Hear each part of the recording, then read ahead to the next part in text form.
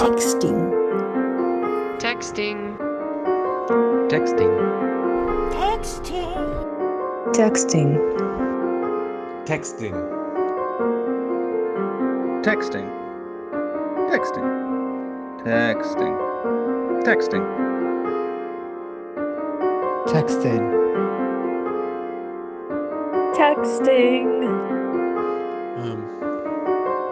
Mark, Will, and Tomek present Texting. Hello, all you textual deviants, and welcome to another episode of Texting. I'm Mark Will in Taipei. and I'm Tomek in Moskva.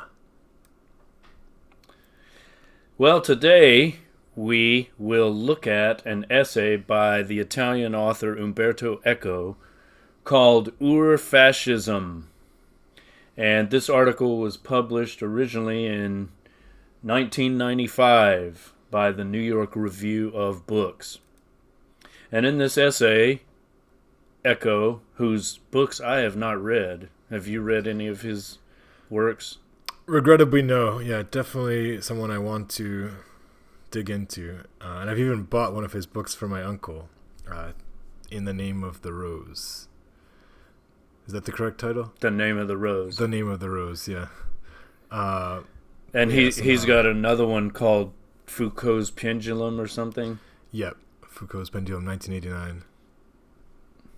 Yeah. I've just never got around to reading any of his stuff, but this essay is well known for having tried to identify certain characteristics of fascism, which he admits is a somewhat nebulous concept, but he identifies 14 characteristics of fascism, or what he calls Ur-Fascism, which is an interesting title. I think he defines Ur-Fascism as eternal fascism, but to me, Ur, that prefix Ur, I'm assuming it's the German prefix Ur. It's like proto-fascism, or like the Primitive, right?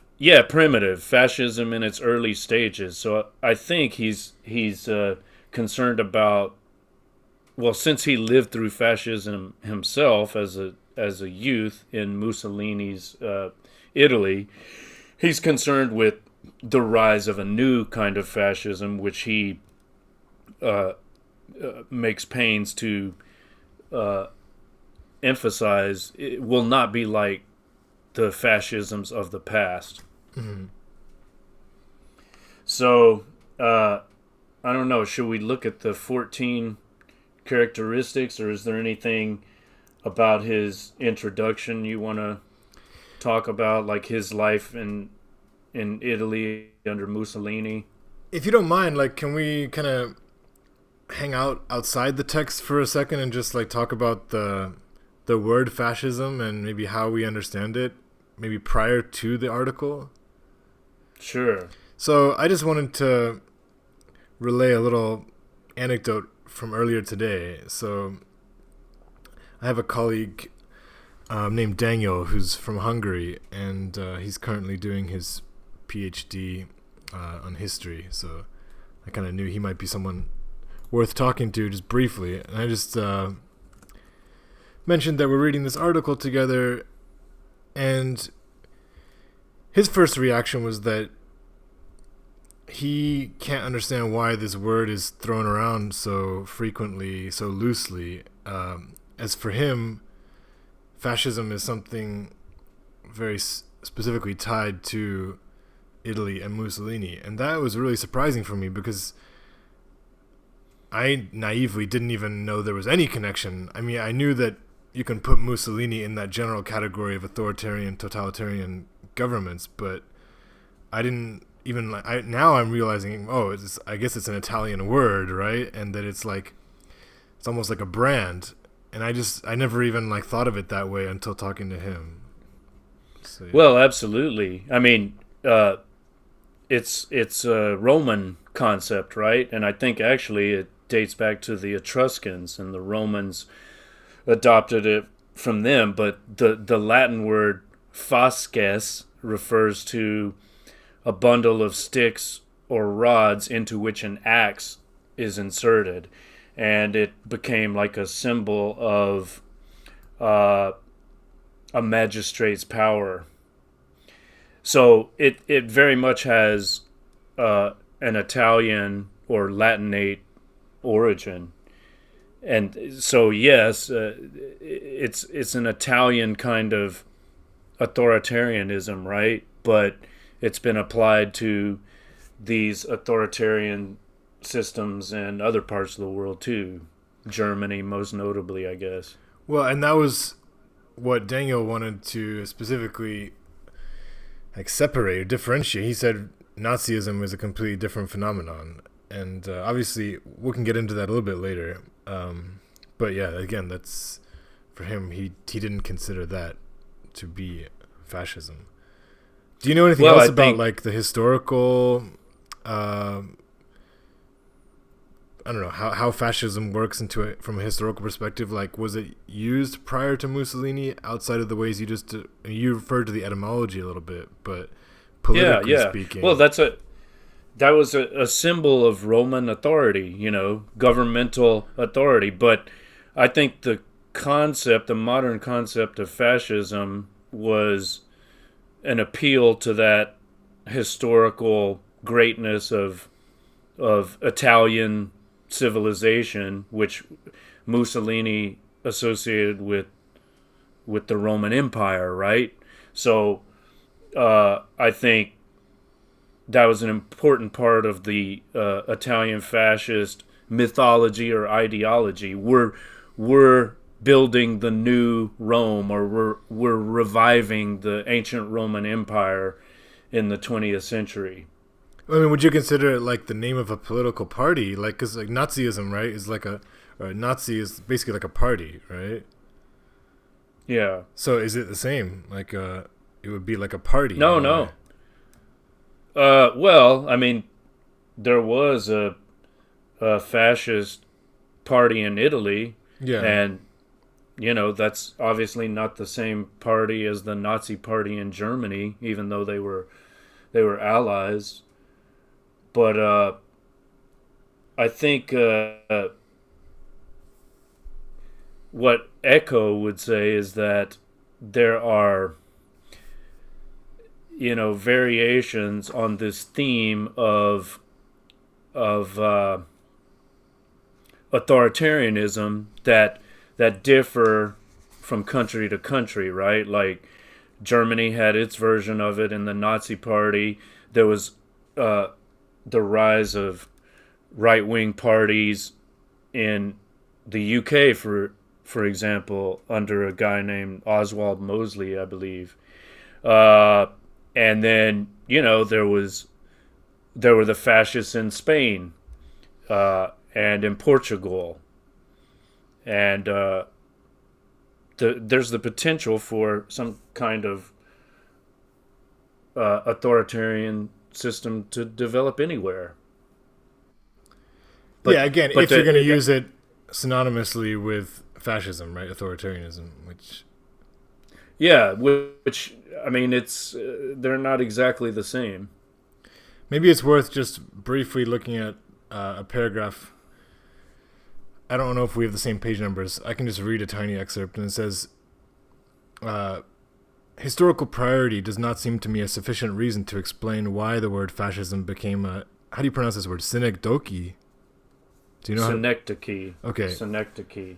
Okay, so to explain why the word fascism became a synecdoche, that is, a word that could be used for different totalitarian movements. This is not because fascism contained in itself, so to speak in their quintessential state, all the elements of any later form of totalitarianism. On the contrary, fascism had no quintessence. Fascism was a fuzzy totalitarianism, a collage of habits. A collage of... different philosophical and political ideas. Yeah. A beehive of contradictions.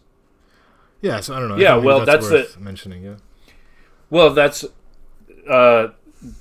one of the things he points out. Like, you can take out certain elements. Like, he's identified these 14 characteristics, but like not all of them are necessarily applicable. You can take out one or two, or maybe quite a few of them. But I think he would argue that in every kind of fascist system, there's at least one or two or several of these 14 characteristics that he's identified. But it's quite mercurial or protean, right? Like it can change form at any time. He talks about how Mussolini was originally a militant atheist, right? But then later he was kissing the ass of the Catholic Church, or the Catholic Church was kissing his ass, right? Yeah, he was very emphatic about the fact that it didn't have a strict philosophy, as you said, and it was very malleable and just taking advantage of whatever it could exploit. And he applied that same idea to art, right? And well, yeah, like I think he mentions the national poet D'Annunzio. Yeah, and dandy. it says here, I love that. A dandy who in Germany or in Russia would have been sent to the firing squad. Yeah. But under Italian fascism, he was embraced because he was a nationalist. Right. He was like a fiery patriot, and I think the music of Verdi was embraced by Mussolini's regime too. I'm not sure about the details there, but I know Verdi was like a fiery Italian patriot. So he's like the Italian Wagner. Yeah, exactly. Like the Nazis perverted Wagner. I think probably something similar happened with Verdi in Italy, but I don't know all the details of that. But I was gonna say there's an excellent American novel by Sinclair Lewis. It's called It Can't Happen Here, and it's about the rise of fascism in the U.S. And there's a passage that says, this is like as fascism is developing. I think this is from the novel, or maybe it's a quote that is attributed to Sinclair Lewis, but he says something like, when fascism comes to the U.S., it will be dressed in red, white, and blue banners. They're going to use all of the symbols of American patriotism to bring fascism to the U.S. Like it's going to be cloaked in terminology related to democracy and freedom and blah blah. Yeah, I mean, it's interesting. It doesn't surprise me the part about the red, white, and blue, because obviously I see it as intensely nationalistic. The second part of your idea was a bit more. I mean, I'm sure it's true, but it's a bit more interesting in the sense that Eco wants to stress how important it is that we fight, and then he chooses a couple words. I think he says the word liberation, freedom. He says freedom and liberty are like things that he really wants us to fight for, right? So if those words are the words that are then co-opted, then that's a true level of hypocrisy, I guess. Yeah, there's something. I think I know the part you're talking about. There seemed to me something naive about his faith in, what he might consider Western democracy or Western concepts of liberty. I mean, he actually uses the phrase free Western man or something like that. Here's right? the sentence. He says, so he goes, I guess, to get the newspaper after the partisans have come in. And he says, the messages on the front celebrated the end of the dictatorship and the return of freedom. Freedom of speech, of press, of political association. These words, freedom, dictatorship, liberty. I now read them for the first time in my life. I was reborn as a free Western man by virtue of these new words. And he says in the next sentence, we must keep alert so that the sense of these words will not be forgotten again. Right. So he does. I mean, I guess it's the phrase "free Western man" that makes me cringe a bit. But he does seem to be aware of the fact that these terms too can be easily perverted by, leaders or misleaders with authoritarian tendencies. Yep. There was something else about that. Yeah, sorry, and the last thing, mention. The last words of the essay, freedom and liberation are an unending task. So, yeah, that's the word that he really... Well, yeah, you have to be eternally vigilant. But anyone that's quoting Roosevelt at the end as if, like, that's the pinnacle of freedom, yeah, you're right. This is what I mean. Yeah. There's a certain... naivete. I wonder, if he had written this in 2022 as opposed to, 1995, would he be more skeptical about that? I mean, this is after 9/11 and the invasion of Iraq and Afghanistan and all that. Like, I just wonder if we can't ask him now because he died in 2016, but I wonder if he would like revise some of the statements made in this essay from the mid-90s. Yeah, I mean, he's not even endorsing America or American government in the Roosevelt that he quotes, but the fact that he's choosing Roosevelt as like the guy who has the message for us, she's choosing the figurehead of American government. It seems a little dubious, a strange choice. Yeah, exactly. Like the U.S. is the bastion of anti-fascist resistance. I mean, yeah.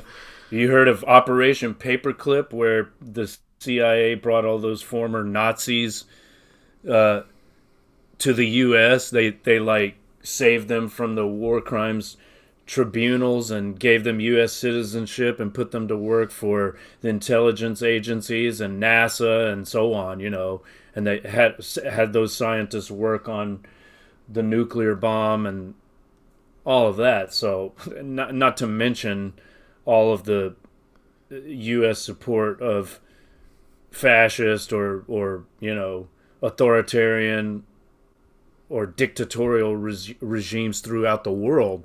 Especially since World War II. Yeah, there's obviously something. I mean, and he's a Nobel Prize winner, right? So, is he? I'm pretty sure. Wow, we're really slacking off not to have read one of his books. I should verify that. I didn't think he had won it. Maybe he hasn't. Okay. Yeah, forget that, okay? Either way, there's some aspect of maybe acceptance, and I guess I'm just trying to figure out why he's like towing the line for. But we can move on from that. Okay. Yeah. Well, let's look at his 14 characteristics. Let's see what we think about those. Okay, number one, the first feature of Ur-Fascism. Before you go on, I'm so sorry to interrupt you, but like, I want to also ask you, like, why is it significant to label something fascist versus not? Like, does that have a real significance? Well, I guess it depends on who's using the term. Like, it's been abused in a way, right? Like anything we don't like becomes fascist. Right. Yeah. Like anything we disagree with is fascist. That's kind of irresponsible. But I think for him, having grown up in a real fascist society, he was very concerned when he saw signs of something similar developing in other parts of the world, and he wants to resist it, and rightly so, you know.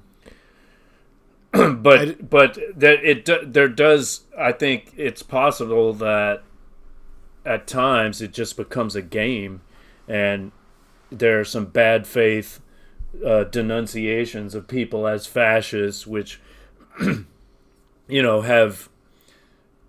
which are motivated by personal ad hominem attacks, or just in order to score political points in the most crass, underhanded way. Yeah, I guess I'm just asking, is fascism like what we're considering the ultimate evil in terms of governing structures, or what? Or otherwise, why is it significant,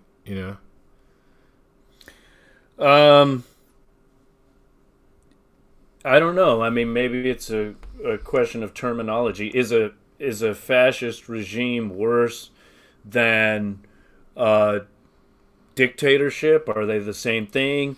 Is it worse? Is it worse than, I don't know, what even would you than a call monarchy, right? I don't know. I mean, or yeah. Can there be benevolent fascism? Can there be? Is there benevolent fascism? Does that exist? Well, the Sex Pistols called the monarchy in the UK a fascist regime, if I remember correctly, and God Save the Queen.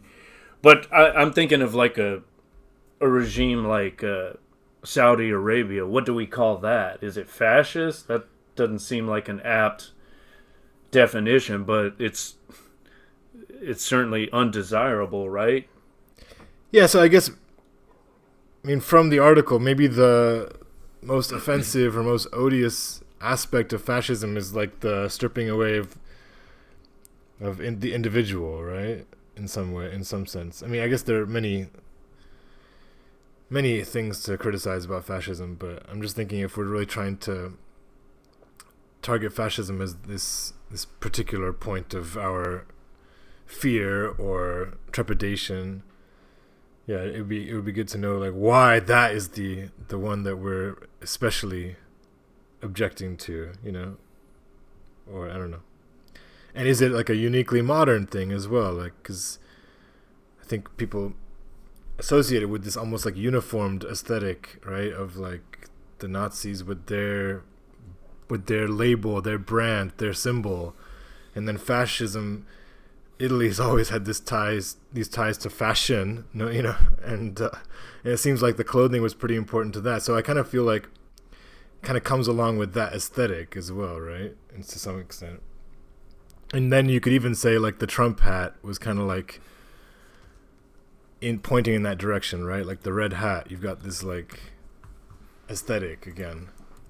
Anyway, I'm just thinking about it in terms of like a modern aesthetic. Yeah, well, what is the etymology of fashion? I've looked that up before. Let me see here. I tend to doubt that they're linked, but yeah, it's from faction, factio. So no, it's not. That's just a homophonic coincidence, okay, but okay. There's an interesting association there, even though there's not like an etymological connection. But it's still, a faction is you're either part of the in group or you're just an outcast. Mm-hmm. You're either with us or against us. So there's that kind of absolutism. Mm-hmm. Okay, but I was going to say, yeah. Well, I was going to say that it always seems to look back to the past, right? There's some kind of glorious mythical past that the current state of the nation has lost, and we're trying to get back to that. And the reason it's been lost is because some traitors have sold us out, right? Sold the people out. And so the leader must come and restore the greatness of old. In Mussolini's case, he's like reviving the great traditions of the Roman Empire, and then Trump is going to make America great Exactly. again, right? I mean, you can't. It's And like almost too obvious to refer to, but at the same time, it's like, how can we not, right? How can we not refer to that? Yeah. slogan? Well, Mussolini, maybe he changed his opinion over time, but at one point he described fascism as corporatism. It is the marriage of government power and private corporations. Isn't that basically what Trump represents too, despite his rhetoric? I mean, for that matter, isn't that what Biden and the Democrats represent as well? Like, whether it's R or D, Republican or Democrat, we basically got a corporate oligarchy. Yeah, and another colleague who I spoke to today, yeah, his perspective is just like, well, it's all oligarchy anyway, so he just kind of reduces it to that, which I tend to agree with him. But I guess if we're talking about fascism more as like a brand or an aesthetic, then you could see why Trump would fit that mold more closely than Biden, even if I don't think that Biden is a better leader in terms of like what he does for the average person, right? But at the same time, we would be silly not to say, okay, well, if Trump has this slogan, "Make America Great Again," like Biden is obviously taking a different aesthetic approach, right? Yeah. So I think that's worth clarifying. His brand is a kind of benevolent fascism, right? But but he doesn't have that. Does he have? He doesn't have that same reference to tradition, like you said, or history that Trump did, right? So again, I'm not trying to say it's less pernicious. Not the same. But he refers to the great characteristics of the American people and he would probably still subscribe to the propaganda about the city on the hill and so on, the indispensable nation. Sure, yeah. There's no doubt that what is it Madeleine Albright said? We stand taller and we see farther than any other nation or whatever. It's just a different emphasis. Mm-hmm. But there's that meme with the two planes dropping bombs, right? Like Republicans have their plane dropping bombs on enemies, and then the Democrats have the same plane, but there's a Black Lives Matter sticker and a gay pride flag. Right. No, and no so doubt, yeah. Yeah. So it's just a rebranding. But yeah, I want to look at some of the characteristics, sure. the 14 characteristics that course, he elucidates, because there's actually another book that I read recently. It's called How Fascism Works: The Politics of Us and Them by Jason Stanley. And he, this is a book-length work, he identifies, I think, 10 characteristics, which we can maybe compare with Echo's 14, but there's some overlap. Number one on Echo's list is the cult of tradition. He says the first feature of Ur-Fascism is the cult of tradition. Mm-hmm. So, history is important, right? Like, we have to restore the greatness of our past. And actually, number one on Stanley's list is the mythic past. So there seems to be an overlap there. Mm-hmm. So, of course, in the case of Mussolini, that's referring to the Roman Empire. What would it be under Hitler? Restoring the holdings of Frederick the Great? I don't know. I mean, you wonder, is that like is that a requirement then of a nation that has fascist tendencies? Does it have to have an arguably glorious past, even if it's like an imperial one? Like, does Russia have the same access to a past that can rally people together. I don't know if they do, because I think the working class has always had it pretty shit. It's not. I don't know if people really want Tsardom. Well, but didn't you tell me that recently Putin was comparing himself to Peter the Great or something? Yeah, that's absolutely true. And Russia's constantly referring to its past. I mean, I've never seen a country more obsessed with what they call the Great War, or the Great Patriotic War, which is how they refer to World War II. I mean, it's nothing. They're completely reliant on it for almost every public event. It's like everything's a reference to World War II. They probably de-emphasized the Russo-Japanese War, huh? Yeah. Not as eager to talk about that. But so I guess I'm saying maybe it could be like great military conquests in that sense, rather than maybe Russia didn't have the beauty or empire of Rome, but it maybe just this victory is what they would have to refer back to, right?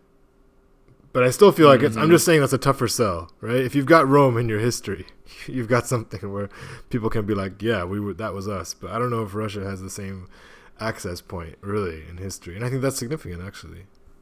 But what about the period of Peter the Great or Ivan the Terrible? Even though he was terrible, yeah, but didn't he make Russia great? I mean, there was a certain power aspect in terms of maybe land, but I don't think that people really had a quality of life that could really be celebrated. That's my only point. Is I feel like if you're referring back to some Hellenistic culture, people can kind of imagine that the average person maybe had it decent, but Russia. But isn't that the trick though, to make the working masses buy into all that bullshit? It's like vicariously you're great, even though your material welfare is shit. But you get to be a part of this because you just happen to be born in this particular geographical location. Lucky you. You're Russian, you're German, you're American, you're whatever. I guess I'm just saying it seems like it would be a harder sell for Russian politicians to herald back to some previous greatness, because I think people are pretty aware of how bleak the past was for people. I mean, it wasn't long ago that they were serfs, and that's not really something they can be like, yeah, I don't know. It's just my. I long for the days of my serfdom. Yeah. My ancestors' serfdom. Well, you would know more about that than I would on the Russian front. A little bit, I but just maybe wanted to. Not much more. I mean, I know you got Russian history and literature locked down, bro. I've got my Russian assets. Bro, Dostoevsky, Tolstoy, Pushkin. Bro, you schooled me when Chekhov. we were in Vladivostok. Oh, how so? No, I just mean like, yeah, you ran laps around me in terms of like, your knowledge of Russian literature at that point, especially. So, yeah. Okay, well, we can get into that another time. Sure. Maybe we discuss the Vladivostok voyage on another occasion. But under this heading, number one, the cult of tradition, he talks about syncretism, which, and he seems to disparage it in a way, like it's a bad thing because it tolerates contradictions. I mean, and he says, like, combining St. Augustine and Stonehenge, that is a symptom of Ur-Fascism. Yeah. Like, he's saying New Age literature, or the New Age culture, that is proto-fascism. Why? Just because it's from a diversity of sources? Like, that's I'm all about that. Aesthetically. Maybe he means specifically politically, but like I love that kind of me too, man. Me multicultural, too. Yeah. That eclecticism. Yeah, I wrote in the margins. So is it bad to blend? And I mean, if I think about like Alexandria, where I was last summer, I loved how that culture was fusing the Greek traditions with the Egyptian gods, and and just I love any time that you get those kind of fusions.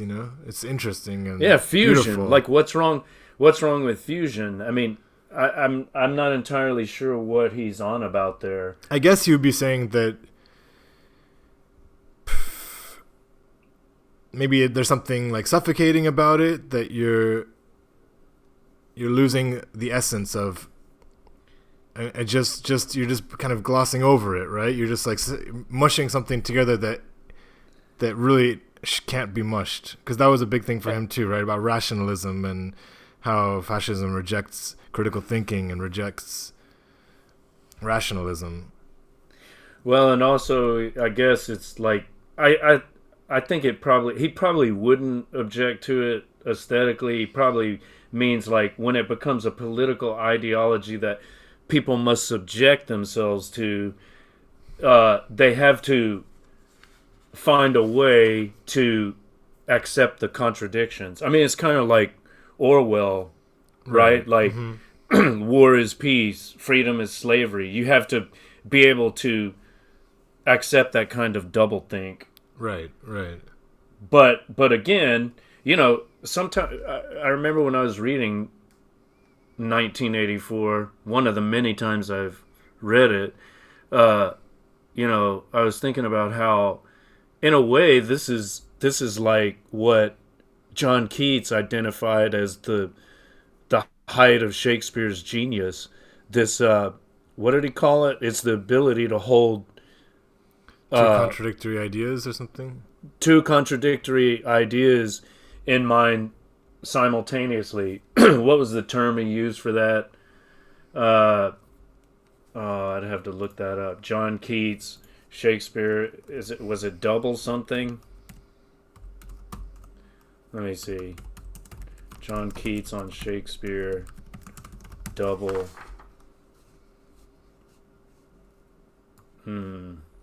Well, we don't want to get... negative capability. Negative capability, yes. I mean, it's almost a Taoist concept, right? Like, so I guess what is acceptable to some in the philosophical or metaphysical or aesthetic or religious realm becomes problematic in the political realm when there's some kind of authority like compelling it, like compelling people to accept the contradictions. Yeah, I mean, I'd love to be able to conceptualize how that was actually put into practice, this like merging or this blending of different religious pasts, for example. Like, how did that look exactly? Under what system? Under the Italian fascist system? I guess so. Yeah. Well, okay, let's move on through the list here. Okay. Number 2, this traditionalism implies the rejection of modernism. So that's what you were touching on before. Like, there's an obsession with the past. That's that mythic past that Jason Stanley talks about too. And then number 3 is irrationalism, which depends on the cult of action for action's sake. Like, thinking is a waste of time. Intellectualizing, analyzing, philosophizing, carefully considering things, that's what degenerate intellectuals, eggheads, effete snobs, and let's read the line that I sent you earlier. Thinking is a form of emasculation. It's a pretty funny line. Oh, right. That's Yeah. from that. Yeah. That's from that Okay. paragraph. I was just yeah. quoting, There it is. Yeah. There it is. In this very section. Right. So there's this culture of machismo or hyper masculinity, and as I'm thinking about it now, that's what Jason Stanley. He probably discusses this in his chapter 8, which is called Sexual Anxiety. Right. Like, there's a. Well, he gets into machismo as well in this essay, in a different one of the numbers. Yeah. A little bit further on, yeah. Okay. He calls it out specifically, yeah. 4 is basically the refusal to accept the critical spirit. Number 5, the natural fear of difference, right? You've got to have an other, whether it be the Jews or the Mexicans or, the Palestinians. There's got to be some group that is not us. I mean, that's the subtitle of Stanley's book, The Politics of Us and Them. Mm-hmm. Reminds me of the great Pink Floyd song, Us and Them. Mm-hmm. Yeah, like, you have to have an enemy, usually external and internal, right? Mm-hmm. And I don't know, I mean, we could look at how that's playing out now in the States in 2022. The way, well, what Matt Taibbi calls hate Inc., right? Like, they're just these two silos, and people are so invested in this culture war that they're obsessed with what I consider a shadow play. Like, they're so concerned with what their team is doing and what the other team is doing that they're not even noticing how badly they're getting fucked. Yeah. Totally with you there. All right, let's see. Number 5. Oh, that was number 5, fear of difference. Number 6, appeal to a frustrated middle class. That certainly seems relevant. Do you want to expand on that at all? Well, I'm thinking of the States in particular, right? Like, the middle class is being crushed, and more it's a large group of have-nots and a tiny elite group of haves, right? Isn't it? Yeah, I mean, I guess I'm just thinking about Russia, and I don't know, I guess maybe because I'm not really around the petty bourgeois so much. I'm more around like the upper and like upper class and upper middle class, who I feel like would be some of the people to resist this type of fascist tendency, So that's the only question I have in that sense.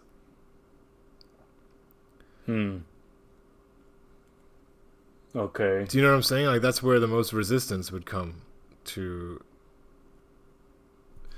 I think. Like, but do you feel that they're capable of that resistance, or they're conscious of a need for it? I think they're the people. I mean, I guess you could make a similar argument for America, but I mean, they're the people who would yearn for a more democratic government, more than probably the working class, right?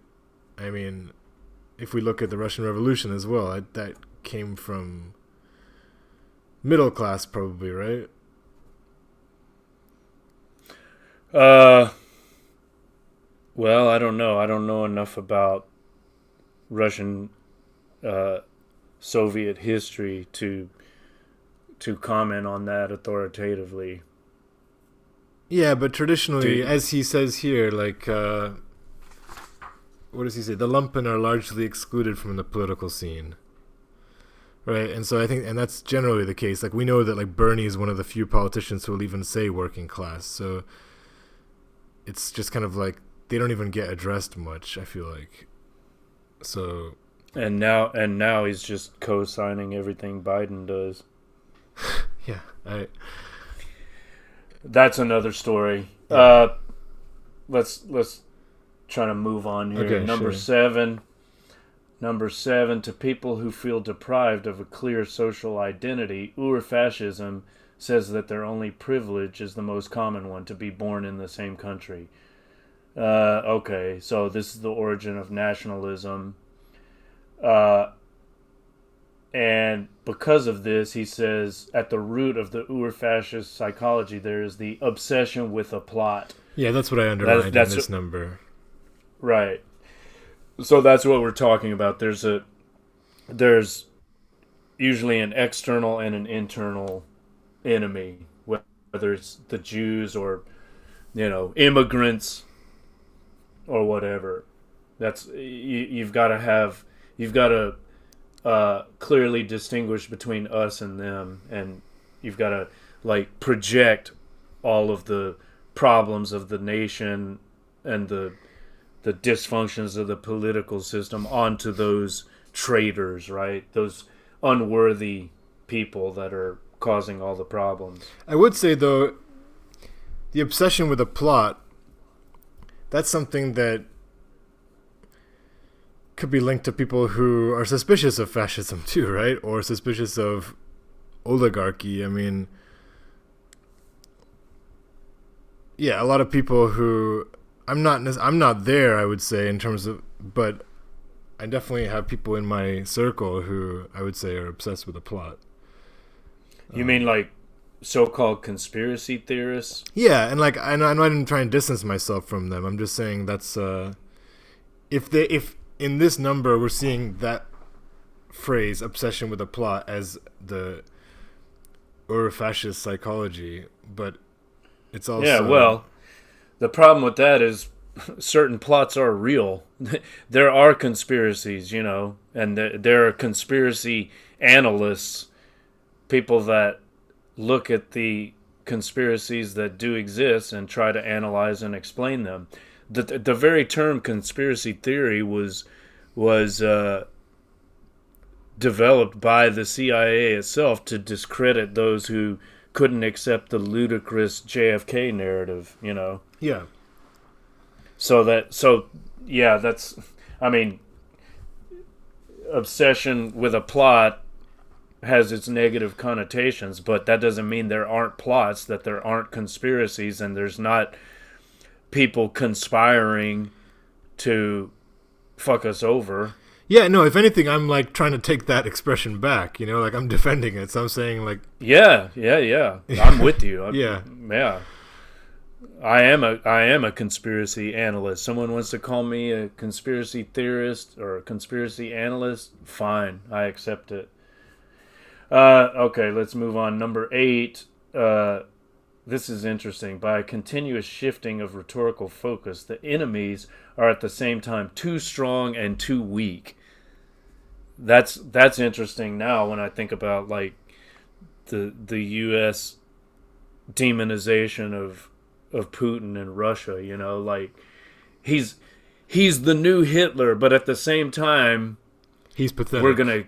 He's pathetic, and we're gonna kick his ass in Ukraine, you know. Well, which is it? I mean, is he the latest incarnation of Hitler who's going to dominate the world, or is he just a minor power that you're gonna crush with your $40 billion weapon package to the Ukraine? Yeah, I mean, I saw a headline in the Telegraph like last week that said, "We have to take out Putin to make Europe safe." And it's just like it just don't the contradiction in that headline is like we have to we have to wage a huge war to make ourselves safe. It's just levels of absurdity are just like mind-boggling. Yeah, like in Vietnam, we had to destroy the village to save it. Yeah, but it's just. I mean, that goes back to Roman history. You know, like they would say we pacified these people, right? We made them peaceful. How'd you do that? Oh, we massacred them. Right, exactly. Yeah. We pacified them. Yeah. Okay, number 9. This is interesting too. There is no struggle for life, but rather life is lived for struggle. And therefore pacifism is trafficking with the enemy, because life is permanent warfare. Yeah. Now, I mean, that's super relevant now, right? Like anyone who talks about de-escalation, not just we don't have to just focus on Ukraine, but anywhere, right? Like, for sure. Think back to the Iraq War, right? Like, I don't think there's a good reason to invade Iraq. So you love Saddam? Exactly, terrorist sympathizer. Yeah, I don't think we should be in Syria. Oh, so you're an Assadist? Yeah, Assad apologist. Come on. You're trafficking with the enemy. Pacifism is trafficking with the enemy. That's a great line, yeah. Yeah. But also, you know, he says a final solution implies a further era of peace, a golden age, which contradicts the principle of permanent war. No fascist leader has ever succeeded in solving this predicament. Exactly, right? Like the whole thing is built on permanent warfare. So what happens after you overthrow Saddam? What happens after you destroy the Soviet Union? What happens after you defeat Putin and China and whatever? Then you got to go find a new enemy. No, right? that's when you start eating grapes and just loving life in paradise. No, it doesn't happen after the Cold War, right? We were supposed to have a peace dividend. Actually, that was supposed to be after World War II, but then they kicked off the Cold War. Okay, then they stopped the Cold War. Well, now we got to find a new enemy. Islamic terrorism, that didn't work out so well. Okay, well, let's Russia's shift back. to... Go back to Russia. Yeah, Russia, yeah. Red Scare again. Red Scare again. Oh, they're not communists? Well, never mind. People will forget that. They've been primed to think of them as Reds, you know, so... Now they're just mafia. Yeah. All right, number 10. Elitism. Yeah, elitism. That's the key concept. Popular elitism and contempt for the weak. This is the concept of sucking up and punching down, you know? Mm-hmm. Like in that system, anyone that's above you, you're a sycophant to that person. Anyone below you is contemptible because they're weak, you know? They're not a member of the warrior class. Yep. And that's related to number 11. Everybody is educated to become a hero. The Ur-Fascist hero craves heroic death. He's impatient to die, and in his impatience, he more frequently sends other people to death. Yep. Yeah, there's a great passage. I'm blanking. In a Milan Kundera book that I read, which there are two people speaking, and one person is saying, I can't envision a war in modern Europe because there's been a revolution. I think he calls it a revolution of frivolity, and that's what he's pushing for, at least. And he just says that the modern frivolity. Yeah, I think you can pronounce it frivolity though. Frivolousness. Frivolity. I'm gonna stick with frivolity, and I'll get fact checked later. But anyway, and his idea was that the modern European man has kind of graduated beyond this cult of death or cult of heroism, and they just aren't invested enough to give a shit to fight a war. And that's why he claimed that modern Europe wouldn't see war, or at least he hoped wouldn't see war in the way that it had in the past. And I thought that was an interesting idea. Did you follow all that? This was Kundera? Yeah. The revolution of frivolity. Oh, okay. But anyway, did you follow? Yeah. Yeah. And I think that's I think that's one challenge also that politicians face now, is that people are more cynical, and I think people have woken up to some degree through literacy, through the internet. That's why when I send you those videos of Russians on the street, you can see that people are not at all invested in the government narrative at all, you know, and it's just a matter of it doesn't mean they can do much, but they're totally rolling their eyes at all this. And I think the cult of heroism is a harder sell, is my main point now. I would hope that's the case, and I think if that is the case, then that's we have some hope in sense of maintaining some degree of civilization and avoiding that level of barbarism. Yeah. But I mean, wars are waged differently now too, though, right? Wars are mainly technological now, so you don't even need to get everybody together. You don't need to recruit huge masses of soldiers. You just need to kind of move shit around and destroy shit, buildings even. Well, and there's no...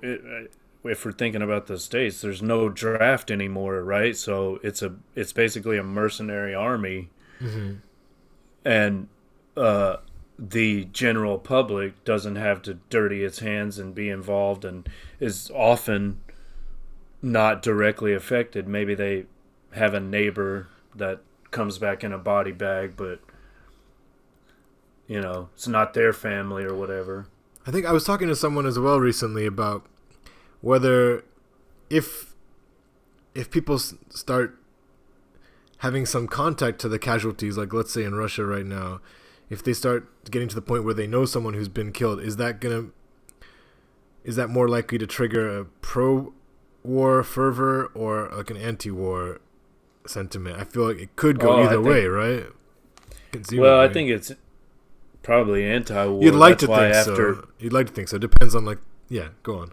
It might. Well, I guess it could inspire feelings of vengeance or whatever. But that's why these things are so tightly controlled now since Vietnam. Like the public turned against it by seeing images of body bags coming home on the news every night, right? Mm-hmm. And so they more tightly controlled that, and they didn't allow coffins to be shown. That's much more restricted now because they don't want people conscious of that. They don't want people seeing that. Yeah, and I think upon reflection, I think especially in the case of Russia, since a lot of people are questioning the necessity of the war in the first place, and the war is not taking place at home, quote unquote. So then I think you're right. It does tend to lead to more of an anti-war sentiment. I think if you die in defense of your direct neighborhood or then it's more likely to maybe extend a war and and heighten those feelings of vengeance that you talked about. Yeah, well, I mean, there are differences. Like Ukraine is on Russia's border. That's quite different from American soldiers sent halfway across the world to Vietnam or Iraq or Afghanistan or whatever. Right. But anyway, how are we doing on time? We're at an hour, basically, almost. Oh, yeah? Well, we should probably wrap it up soon. So, we don't have 12, to, bro, because, we can always... I don't know, maybe we're going to hit some stuff that we're going to want to keep in later. I mean, let's just... Well, let's just push through. Yeah, I'm fine, is my point, okay? Because I want to get the stuff that we need to get, yeah. Let's just finish the list of 14 here. Okay. So, number 12... This Machismo. Is also interesting. Yeah, since both permanent war and heroism are difficult games to play, the Ur-Fascist transfers his will to power to sexual matters. And yes, machismo. And, it gets better if you keep going. It's it gets even better. You should read that whole section. Okay, sure. This is the origin of machismo, which implies both disdain for women and intolerance and condemnation of non-standard sexual habits from chastity to homosexuality. Since even sex is a difficult game to play, the Ur-Fascist hero tends to play with weapons. Doing so becomes an ersatz phallic exercise. Yeah, that's fantastic. That's really good stuff. And just think of all the phallic weaponry, not just guns, but missiles. Right. Right. And this idea that sex is for the purpose of procreation, so that we can have more soldiers to go bring glory to the motherland or whatever. Mm-hmm. So any kind of deviant behavior from chastity to homosexuality, that's got to be condemned, because it doesn't contribute to the narrative of national greatness, Mm-hmm. But I thought it was interesting too, sex is a difficult game to play. So it's showing that even that these fascists can't succeed in it, right? Ultimately, they're coming out from their sex life feeling impotent and hence this Right, so hence this transfer to playing with weapons and playing with guns. Yes, yeah, sure. They're inadequate sexually themselves, so to compensate, they're compensating for something. They play with their guns and their missiles, and they talk tough on the Sunday morning talk shows or whatever. Mm-hmm. Okay. Stop me if I'm rushing through it, but number 13, Ur-Fascism is based upon a selective populism. All right, this is what you were talking about. Individuals have no rights, and the people is conceived as a quality, a monolithic entity expressing the common will. Mm-hmm. So, yeah, this is like... And the next line I think is important too. Since no large quantity of human beings can have a common will, the leader pretends to be their interpreter. I think that's pretty important too. Absolutely. And so the the individuals renounce their individuality and try to merge themselves with what I call the great white daddy, you know. Yeah. This is what all the bootlickers prostrate themselves before. You know, they need this, and it's always a masculine figure, isn't it? It's always a patriarchal figure. Is there that's maybe an interesting question. Is it possible to have a matriarchal fascism? I guess it would be, but I don't know, you're gonna throw Margaret Thatcher in that conversation? Yeah, but did people identify with her in the same way? I mean, she is. Yeah, you could say she's a fascist, but is she like? No, I'm not ready to give her that label anyway. I don't know enough about her. Well, but government. Well, you could say she has Ur-Fascist tendencies, right? But, sure, yeah. But I wonder, could she have been a successful figurehead of that movement in the same way that a Hitler or a Mussolini? Well, do you remember that? What was the movie? Don't Look Up, right? There's Don't a female Look Up, there. yeah. She plays the Trump figure, right? Pretty successfully. So maybe if her bosoms are firm and robust enough, she can be like that. She can nurse us. You could tap into like a Near Eastern fertility goddess mythology, you know, like she's the new Ishtar.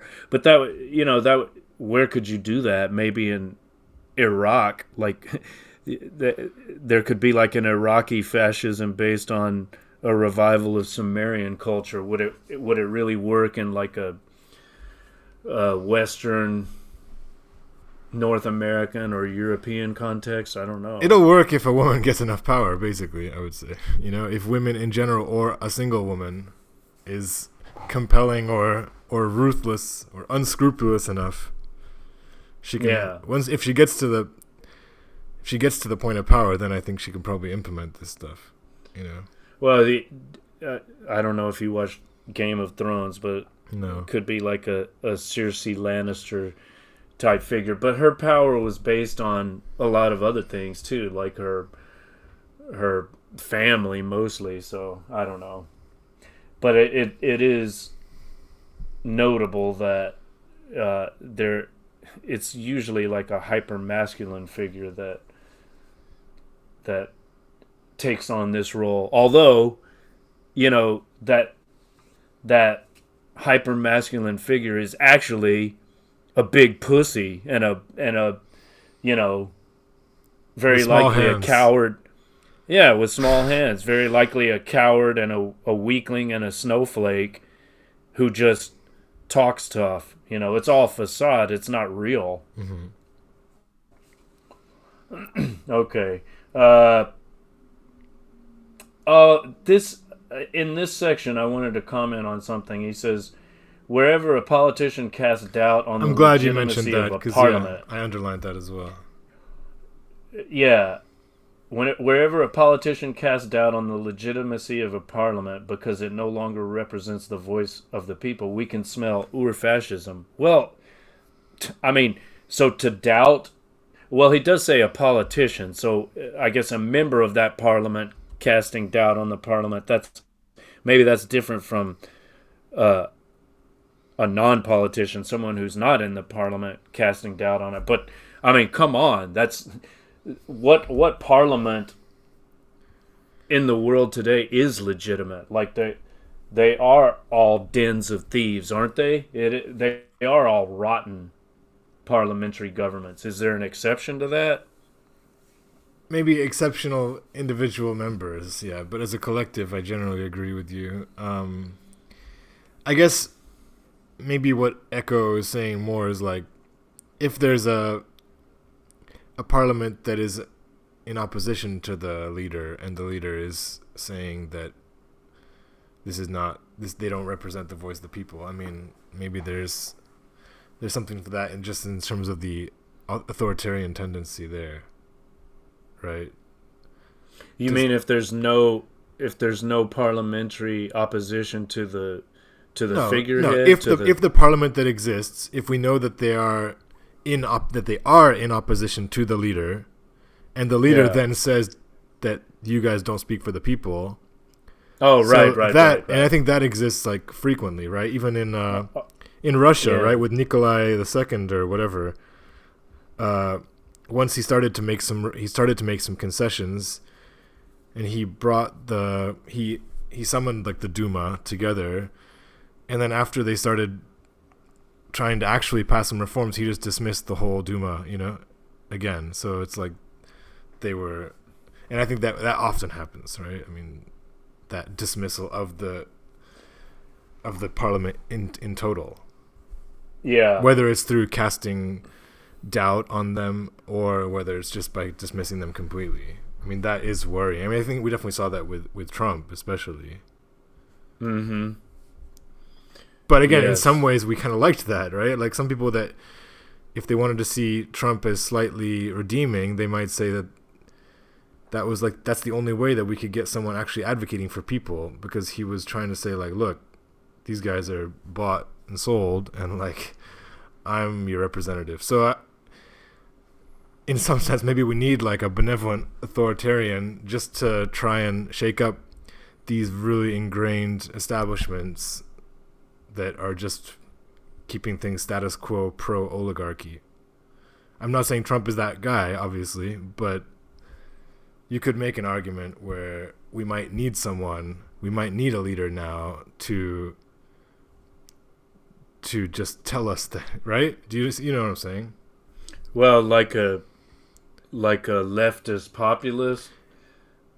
Right. I mean, I don't even care about I don't even want to associate myself with the left or right even, but yeah. I'm just saying a leader whose popularity transcends the establishment of all these guys that are just basically corporate lobbyists. So you might need the charisma of a powerful leader to actually turn some of this to create some kind of real change.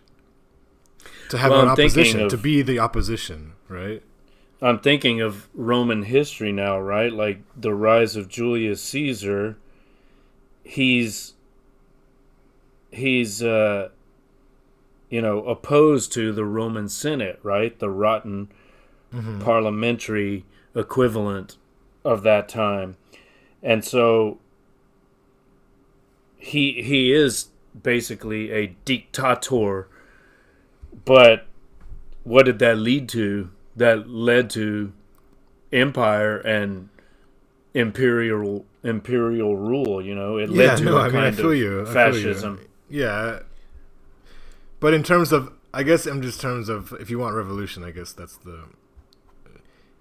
you may not get good results through it, but yeah. Sometimes. But that's certainly a likely scenario.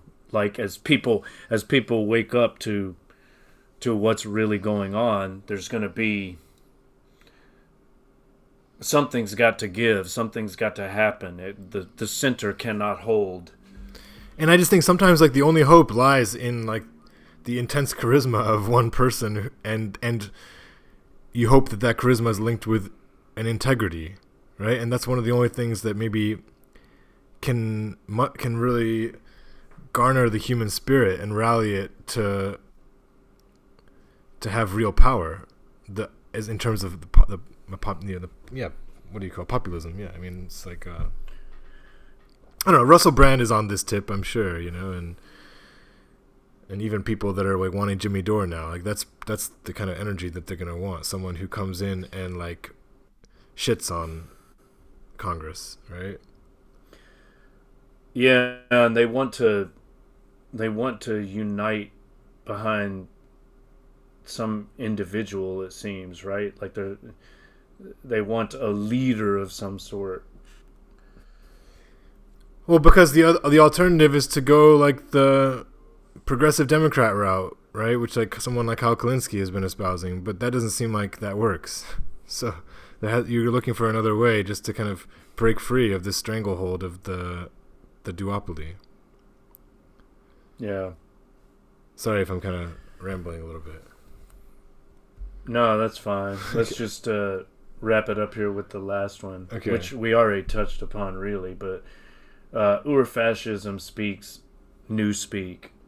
Okay, we talked about that. Impoverished vocabulary, elementary syntax, in order to limit the instruments for complex and critical reasoning. That's related to that anti-intellectualism, that resistance to critical thinking.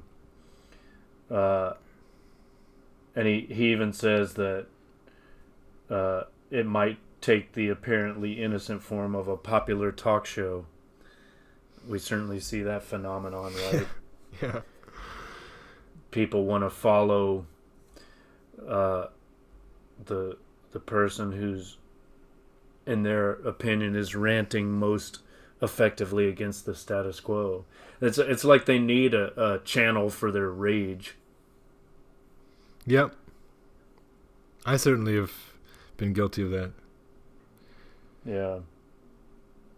But if we talk about that idea of like newspeak and this impoverished vocabulary to the point where he hasn't even been exposed to ideas. So that's why it's quite alarming when later on he says that these words, freedom, liberty, I now read them for the first time in my life. It's like he hadn't even been able to conceptualize that, which is kind of surprising, Like that's how overwhelming this like thought control was in that society that he grew up in. It's alarming. Yeah, and how you mean it's disturbing how easily he accepts those terms as before he accepted all the fascist terminology. It's almost like he substitutes one set of impoverished discourse and terms for another. That's a good point. Yeah, I think that's probably a better reading than the one I was doing. I was just saying, like, how could he not have heard those ideas? But I also agree with what you just said.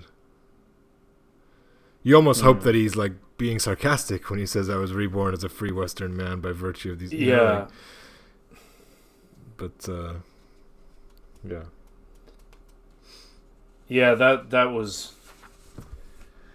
that gave me pause. That made me cringe a bit. But overall, I think it's useful to have these 14 touchstones. And again, I would recommend Jason Stanley's book, How Fascism Works. Do you want to say anything about that closing poem? What did you make of that? I don't really see the relevance of it. I mean, it's maybe it's not a great translation, and my Italian's not. It's very dramatic, and it, I don't know. It just kind of feels like it's. If we talk about that cult of heroism, it's like Echo is like echoing, no pun intended, that cult of death and cult of heroism in that final poem. Unless I'm reading it wrong, he's like basically saying, I think so. We need to die for the anti-fascism. We need to die for freedom and liberation.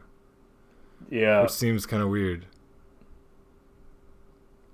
Because as you said, freedom and liberation are an unending task. Therefore, great heroes of the resistance, let's die for them. Yeah, they died for us, and like let's honor them. Let's die, and let's emulate their example and die for the next generation or whatever.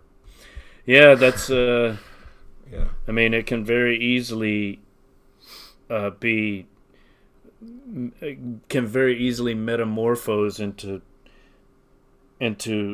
its opposite, right?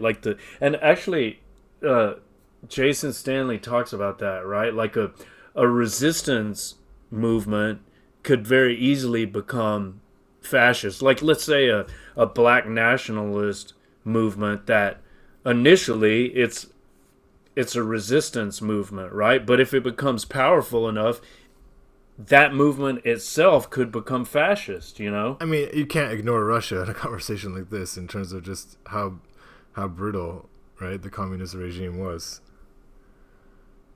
And from the get-go, I mean, immediately, like the Bolsheviks came out on top in all these different opposition groups that were vying for power right after the Tsar was deposed. And the Bolsheviks, you could argue, were the most successful because they were the most brutal. And they were willing to, to kill and do whatever it takes. And then, and very shortly after, you get Stalin under this guise of again, these positive principles. So, so I mean, I just think that's like... But we know that from many incidents in history, many episodes. I mean, that is the cycle. It's like not even like theoretical. It's like that's what happens, right? Once you get power, the whole like cliche of like absolute power corrupts absolutely, and so on. Remember the cab driver in Vladivostok? The one about yesterday was yesterday. No, not that one. Although that was a funny story too. The guy who gave us the tour. Yeah, but he's like this is Lenin, and he flipped us the bird. Not us, but he's like saying fuck Lenin. Right, you know? Right.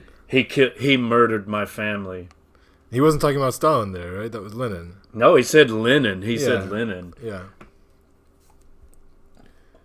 Yeah, I mean, Lenin has gone down in my estimation in the last few years. I don't hate him, but he does seem like... And again, it's one of those inevitable things, right? Where you wouldn't get a character like Lenin without a personality type that is, like, ruthless. But yeah, I mean, I don't know if he's the kind of person that we should be eulogizing over too much. Well, maybe we can save that discussion for another time. Okay. But I recently read his book Imperialism, which was a great analysis, I thought. Yes, I guess I'm just speaking to anecdotes I've heard about his actual behavior towards like the people in his circles and stuff. Yeah.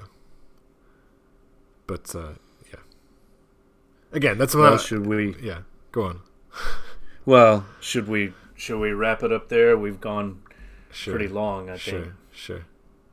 What's next on the agenda? You said it was Björk. I mean, I know it's my pick, but if it is Björk, then I think I just picked a song by her or something off of... I can't even remember the album. But yeah, we're going to be looking at a Björk song and talking about why it's great. I think it might be the song Yoga. Okay. Joga. Sounds good. Yeah. All right, buddy. So peace to the next episode. All right.